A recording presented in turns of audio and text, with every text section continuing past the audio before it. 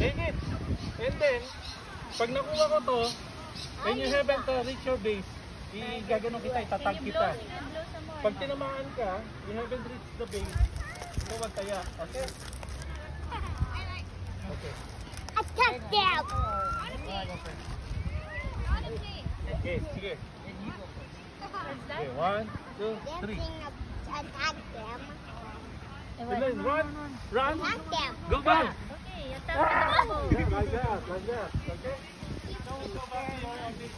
How do you play? It's like so somebody will throw the ball. The other person's gonna kick it back, and if the person will You need to go back to your back base. the ball, and that person will run here Okay. to where this person is and back to there. If the person, and the other person will throw the ball David. at them, and if the person gets hit by the ball before Wait. they reach there, then they're it. Can you repeat that? Okay, slowly? Ilo. You just watch and see.